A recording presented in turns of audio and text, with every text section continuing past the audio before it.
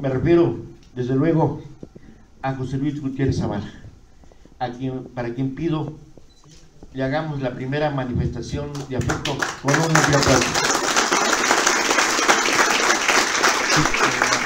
Vicente Camacho Lucario y a todo el cuerpo académico administrativo que compone la institución. Todos ellos han dado un respaldo y un apoyo total. Finalmente, quiero, ahora que de agradecimiento se trata, expresar mi más grande agradecimiento a todos los que de alguna manera han colaborado con esta obra, que quiero que sepan que no es un trabajo solamente mío. En primer término tenemos al maestro Manuel Bueno Herrera, que él realizó los dibujos que ilustran esta obra, los dibujos que ustedes pueden admirar aquí en la entrada, aquí en el frente. Otro de los colaboradores es Miguel Ángel Ramírez Borunda, quien fue el que se encargó de todo el diseño editorial de la obra, que también se encuentra entre nosotros. Bueno, son muchos que nos acompañan.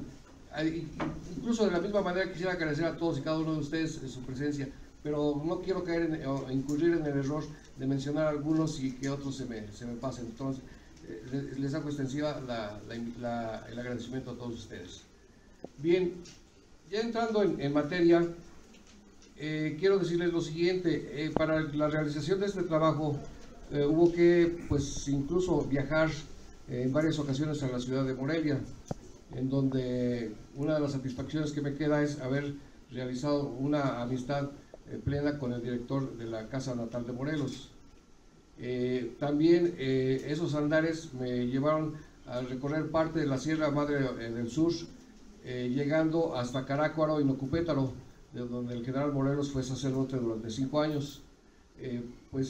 Lo importante era sentir cómo eran esos lugares. Son lugares áridos, inhóspitos, en donde él, cuando llega ahí, no había iglesia. Él se da la tarea de construir una iglesia, y si a la fecha todavía esos lugares son, pues, lugares donde la pobreza impera, imaginemos que era hace 200 años, un poquito más que cuando él llegó por allá.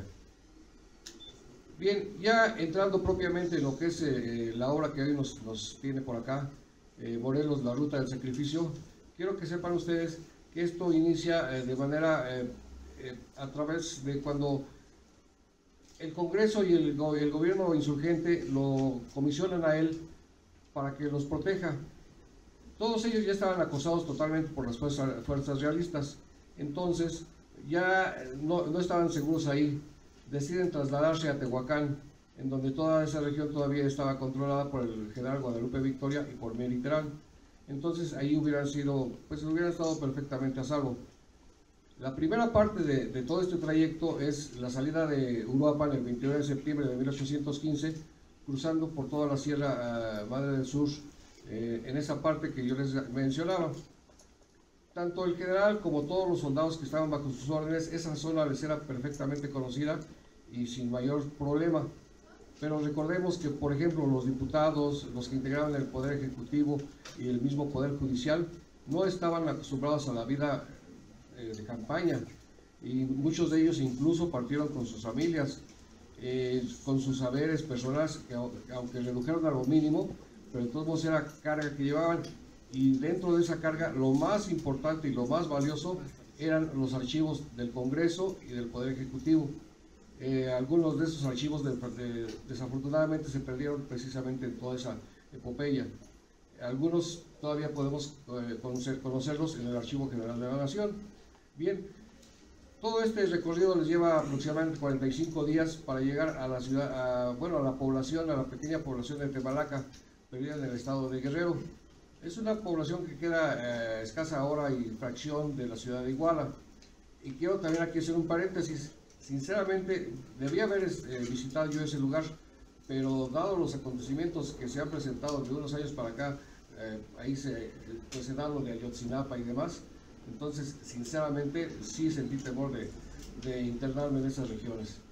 Bueno, será como yo les decía, la llegada a Temalaca. En ese lugar, en las cercanías, en una población que se llama Tenango, vivía un personaje que tenía el nombre de Matías Carranco. Matías Carranco había militado bajo las órdenes de Morelos, pero se retiró resentido de la lucha. Y ya para entonces tenía aproximadamente 2 años que se había retirado, y al enterarse de que Morelos estaba por allá, sabiendo que también las tropas realistas estaban en las cercanías, emprende el viaje hacia ellos y le ofrece al teniente coronel Manuel de la Concha de llevarlo a donde estaba Morelos, cosa que cumple, y finalmente lo llevan. Se hace una batalla que bajo otras condiciones para Morelos no hubiera representado mayor problema, pero en ese momento sus fuerzas sus efectivos eran muy pocos, el armamento también, entonces todo estaba en desventaja, y además, pues recordemos, él estaba protegiendo al Congreso, Gobierno y Poder Judicial. Ya sabiendo que se acercaban por allá, les dice, da la instrucción para que se adelanten, y él, en compañía de don Nicolás Bravo y del brigadier Lobato, emprende la retaguardia, se quedan en la retaguardia para protegerlos. En una breve y sangrienta lucha, pues pierden. Es la primera derrota fuerte. Hubo otras en las campañas, en las 5 diferentes campañas, pero definitivamente pues esta fue la última. Fue cuando lo hacen prisionero, fue cuando realmente él sabe que ya no depende para nada, su suerte ya depende de lo que sus enemigos decidan. A partir de entonces, se lo ya fuertemente custodiado. Al día siguiente, bueno, por principio de cuentas, lo obligan a que presencie el fusilamiento del 27 de las gentes más cercanas a él, gentes que pues él había conocido durante varios años, con las que había combatido codo a codo, y pues lo obligaron a presenciar el fusilamiento de todos ellos.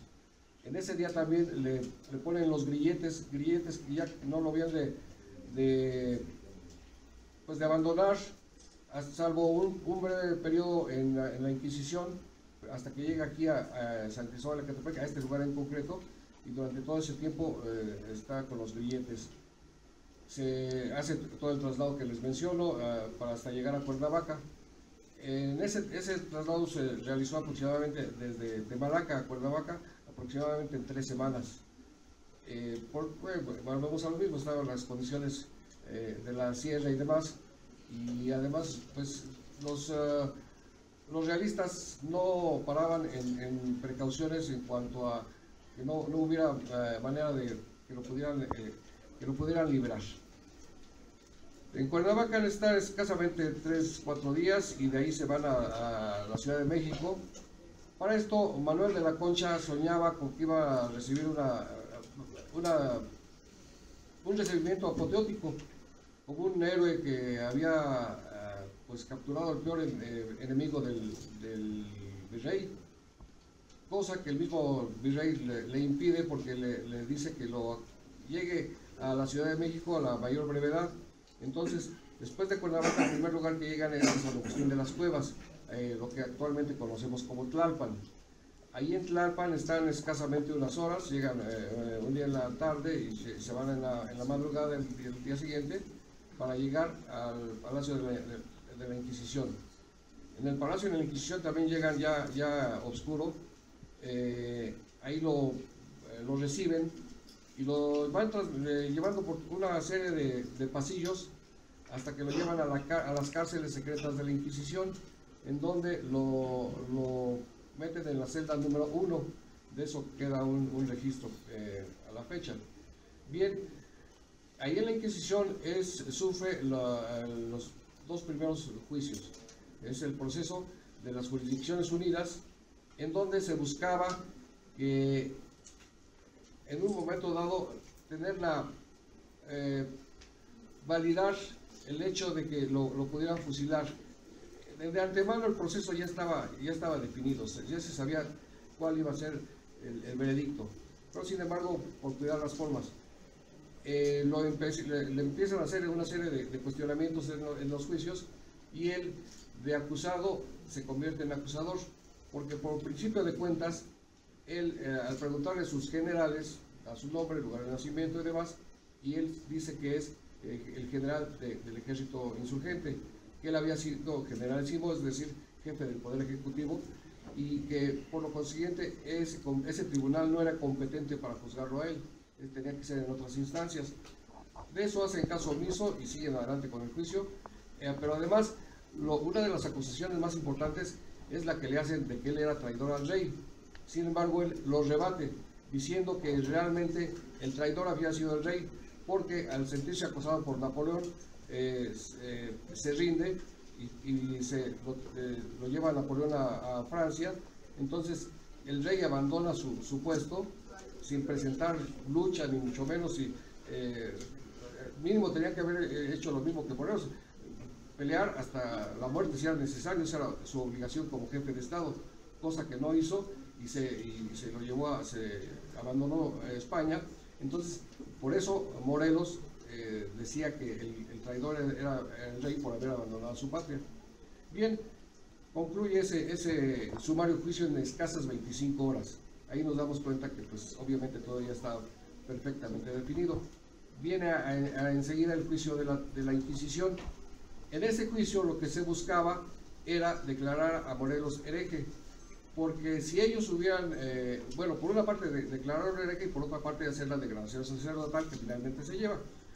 Si ellos lo hubieran fusilado sin ese juicio, en ese momento ellos se hubieran convertido en herejes. Entonces, para cuidar esa situación y no incurrir en un enfrentamiento con el Vaticano por una parte y con la población en general por la otra, entonces le hacen ese juicio de la Inquisición, en donde pues lo declaran hereje, autor de herejes, es decir, que él inducía a la lucha a la gente para que se rebelaran en contra del rey y en contra de la religión según ellos. Cosa que también cuando uno lee los juicios detalladamente, punto por punto, todos los puntos los rebate Morelos con perfectas bases. En ninguno finalmente logran comprobar que él incurrió en de lo que lo estaban acusando. Sin embargo, volvemos a lo mismo, todo ya estaba predeterminado. Entonces, aquí viene una de las partes pues más tristes y humillantes, porque el veredicto de ese juicio, del segundo juicio de la Inquisición, fue la degradación sacerdotal. Y esta degradación se realiza en la sala principal, el salón principal del Palacio de la Inquisición, en donde se convocó previamente a lo más granado de la sociedad del momento, sobre todo que muchos de ellos pertenecían a la sociedad de los Guadalupes. Esta sociedad apoyó a los insurgentes de manera secreta, con dinero, con víveres, con medicina, pero lo más valioso era con información, porque muchos de ellos eran incluso funcionarios del virreinato, otros eran comerciantes, gente de un alto nivel, y todos apoyaban y estaban de acuerdo con la independencia y apoyaban a la lucha, pero de manera secreta. Entonces también aquí era enviar el mensaje de que pues cualquiera que se opusiera al virrey y al rey de España pues iba a acabar igual que Morelos. A ellos no los acusaban porque no contaban con pruebas reales, y además muchos de ellos sí tenían un poder muy fuerte como para que los pudieran acusar. Bien, les decía yo, viene la cuestión de la degradación sacerdotal. Es una ceremonia en donde a él lo presentan con su ropaje de sacerdote, pero le ponen un cucurucho en la cabeza y una vela verde que es la que representaba a los herejes. Entonces lo hacen cruzar toda la sala para que toda la gente lo viera. Ya llega entre los funcionarios y lo van degradando poco a poco, le van quitando sus ropajes de sacerdote hasta que dejaron en ropa de civil, en ropa seglar.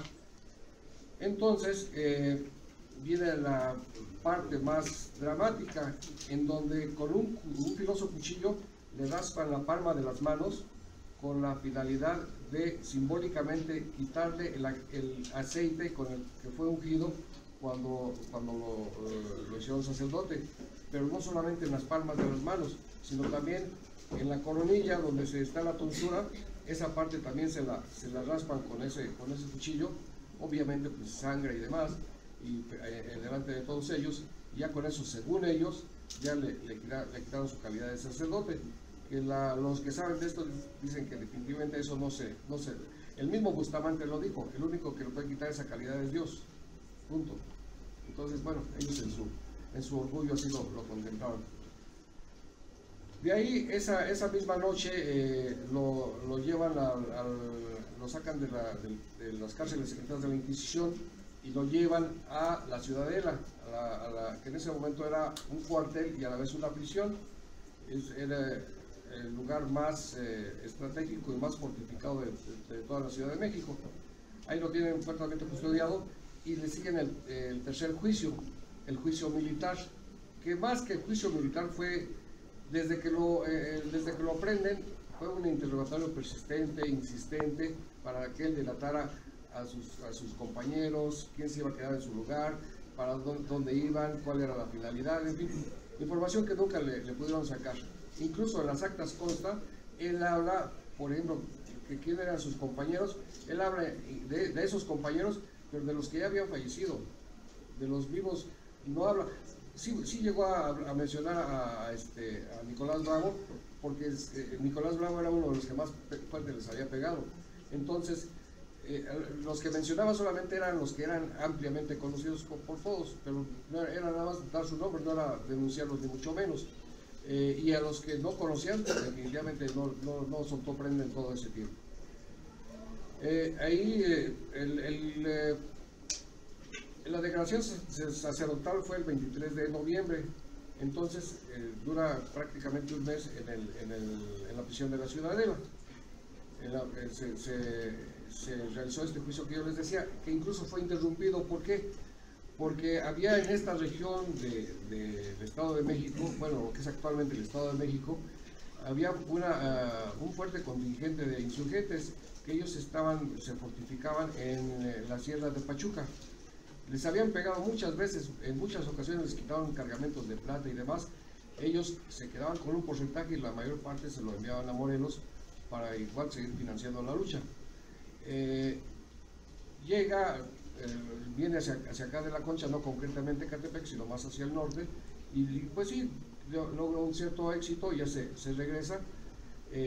Ya posteriormente ya viene la etapa de pues finalmente lo que nos lleva a por qué estamos acá. El 21 de diciembre, en la madrugada el virrey le manda a llamar a Concha y le dice de que ya se tiene que hacer, le da la sentencia para decirle que ya se va a ejecutar, que se la lea a Morelos y se ejecute. Entonces, esto se hace aproximadamente a las 3 de la mañana de ese día. De inmediato de la Concha se va a la Ciudadela y se le hace del conocimiento de Morelos. Entonces, le dice que en un plazo de 3 días, cosa que tampoco eso se cumple, porque fue al día siguiente, el 22 de diciembre. El 22 de diciembre se presentan a las 6 de la mañana para sacarlo de las cárceles de la Ciudadela y hacen un recorrido más bien hacen un rodeo, no tanto directo hacia la ciudad, o sea, no siguen la ruta más corta, sino más bien un rodeo. Volvemos a lo mismo, para evitar que en un momento dado lo fueran a liberar. Entonces llegan a lo que es la Villa de Guadalupe. En la Villa de Guadalupe él piensa que iba a ser el fusilamiento y lo menciona, dice, aquí van a fusilarnos. Y le contesta en ese momento el capellán que no, que el sacerdote Dieguino Salazar, que no, que ahí se van a desayunar solamente. Ahí es un breve descanso y continúan el viaje hacia San Cristóbal. Aquí llegan a las 11 de la mañana, de hecho existe el documento de que aquí llegan a las 11 de la mañana para ya hacer el fusilamiento propiamente. Toda la parte que sigue, hay una serie de diálogos entre los dos, entre Concha y Morelos, que son, todos se conocieron gracias a que el fraile Salazar posteriormente todo eso se lo dijo a Lucas Alamán y por eso es que lo conocemos a la fecha. Entonces, se llega acá y bueno, pues aquí ya viene el desenlace que todos ustedes conocen, que es lo que nos tiene en este momento y por lo que se escogió este lugar para la presentación de este libro. Viene el fusilamiento y demás. Previo, como les mencionaba, todos los diálogos históricos que tuvieron ambos personajes. Ya como colofón de esta obra, también hablamos de lo que es qué suerte tuvieron todos y cada uno de los que contribuyeron de todos los verdugos de Morelos. Y para no extenderme mucho, el que más resulta pues esclarecedor es el de la suerte que tuvo Concha, Manuel de la Concha. Él, cuando se da la independencia, temeroso de su vida, decide regresarse a España. Para esto debía trasladarse al puerto de Veracruz y de ahí embarcarse, cosa que nunca sucede porque en Jalapa lo asesinan, nunca se supo quién, cómo y por qué, y obviamente tampoco ni se investigó más a fondo. Entonces, y no les voy a decir que la suerte de los demás fue tan trágica, pero tampoco fue tan buena. Entonces, de una forma o de otra, todos los verdugos de Morelos tuvieron pues un mal final. Así a grandes rasgos es lo que pudiera yo decirles de esta obra, y reitero mis agradecimientos de que ustedes por acá, y pues buenas tardes y muchas gracias. La segunda parte. Tienes razón en cuanto no solamente los restos de Morelos están perdidos, también sus ideas, plasmadas en los sentimientos de la nación. Los sentimientos de la nación es un documento en donde él lo dicta directamente al corregidor Domínguez. Bueno, lo dicta él, lo dicta de corrido, salvo un párrafo que después no le quedó claro.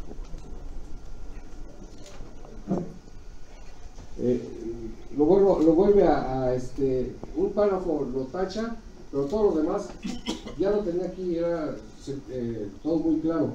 Esos sentimientos de la nación posteriormente fueron la base para la Constitución de Apatzingán, la de 1824, la de 1857 e incluso la actual, en donde todavía hay muchos puntos que se toman de los sentimientos de la nación, pero hay uno de los más claros, efectivamente, por lo que tú dices, están perdidos, porque Morelos, una de las cosas que decía, debemos moderar la indigencia y la opulencia. Sabemos que no es así. Entonces, ni se ha moderado. La indigencia es cada vez más grande, la opulencia es cada vez mayor. Entonces, el pensamiento central de él no se ha logrado. Espero que con eso quede corriente. ¿Alguien más?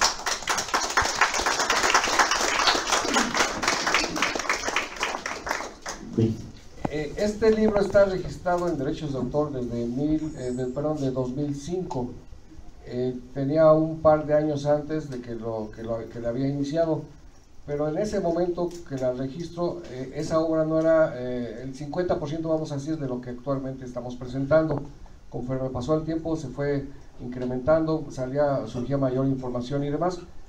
En cuanto a en la segunda parte de la pregunta, si había algunas incongruencias o algunas contradicciones, pues no tanto de mi parte que hubieran sido contradicciones, porque bueno, una parte la conocemos, la historia oficial, pero pues cuando uno se mete más a fondo, sabe que buena parte de esa historia oficial pues carece de fundamento o la manejan pues a su forma de ver.